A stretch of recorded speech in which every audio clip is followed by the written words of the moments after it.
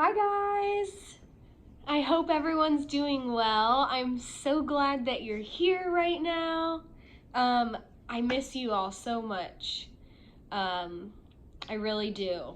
But I thought since, we can't be at school, we can't physically be together at school, and we have to stay home for a while, I thought it might be a fun idea to read you guys a story. So I was able to bring some stuff home, but a lot of my stuff is still at the classroom. But I was able to bring home a few books. So today, I think I'm gonna read Corduroy, which I love this story. It's a super cute story and it's a classic. Maybe you've heard it before, maybe not. But it's the story of a little teddy bear, and I think you guys will really like it. So at the top here, we have our title, which is Corduroy. And down here, we have our author, which you guys know, the author is the person that writes the words in a story. So our author is Don Freeman, and actually, in this book, our author is also the illustrator. So this man, Don Freeman, he wrote the words in the story, and he also made the pictures in the story as well. So that's pretty cool. All right, so I'm gonna go ahead and get started, but I'm gonna actually grab the camera and hold it this way so you guys can see a little bit better. All right, so let's open up our book and get started. Corduroy, story and pictures by Don Freeman. Corduroy is a bear who once lived in the toy department of a big store. Day after day, he waited with all the other animals and dolls for somebody to come along and take him home.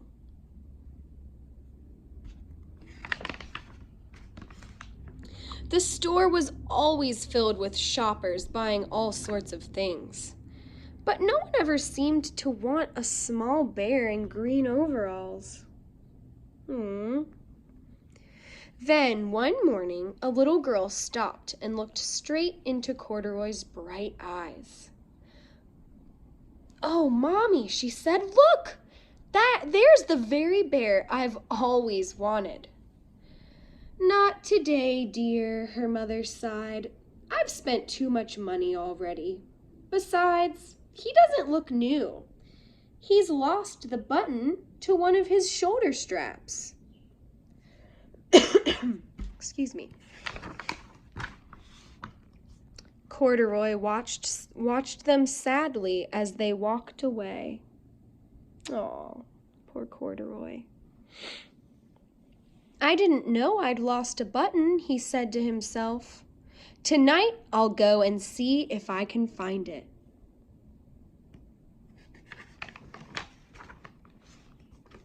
Late that evening, when all the shoppers had gone and the doors were shut and locked, Corduroy climbed carefully down from his shelf and began searching everywhere on the floor for his lost button.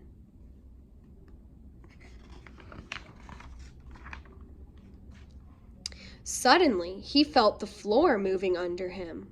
Quite by accident, he had stepped onto an escalator, and up he went. Could this be a mountain? He wondered. I've always wanted to climb a mountain. He's going on a little adventure.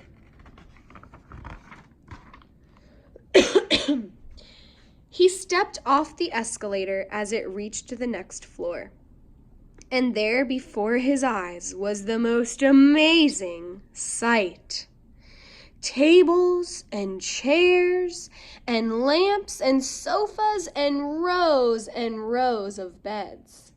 "This must be a palace," Corduroy gasped. "I guess I've always wanted to live in a palace."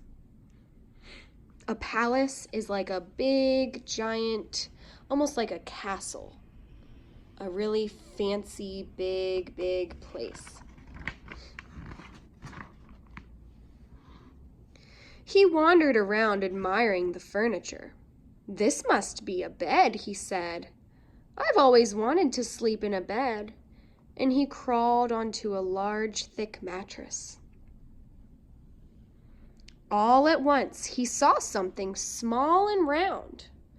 "Why, here's my button," he cried, and he tried to pick it up. But like all the other buttons on the mattress, it was tied down tight.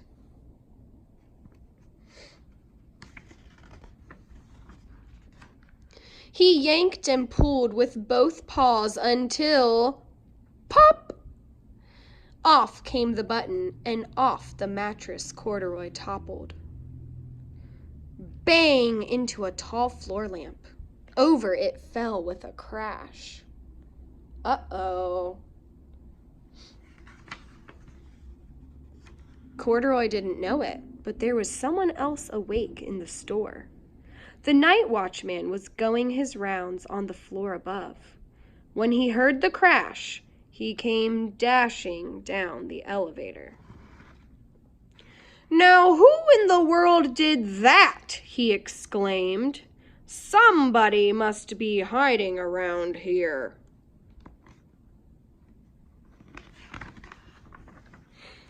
He flashed his light under and over sofas and beds until he came to the biggest bed of all, and there he saw 2 fuzzy brown ears sticking up from under the cover.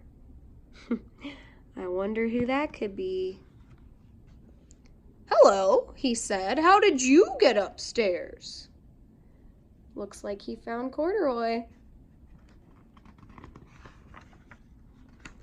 The watchman tucked Corduroy under his arm and carried him down the escalator and set him on the shelf in the toy department with all the other animals and dolls.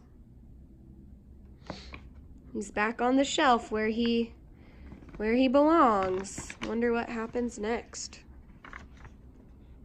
Corduroy was just waking up when the first customers came into the store in the morning. And there, looking at him with a wide, warm smile, was the same little girl he'd seen only the day before. "I'm Lisa," she said, "and you're going to be my very own bear. Last night I counted what I've saved in my piggy bank, and my mother said I could bring you home." She came back for him. I bet you he's happy.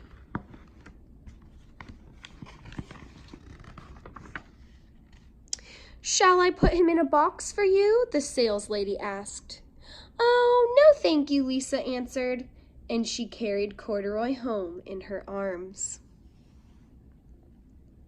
She ran all the way up 4 flights of stairs into her family's apartment and straight to her own room.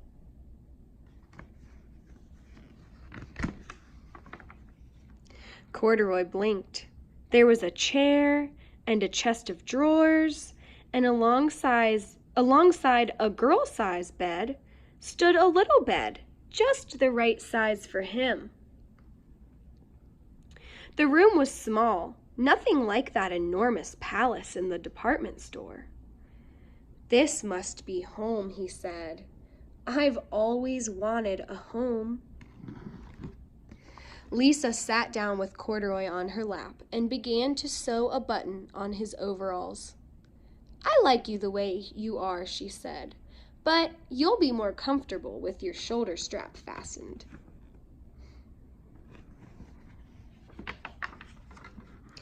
"You must be a friend," said Corduroy.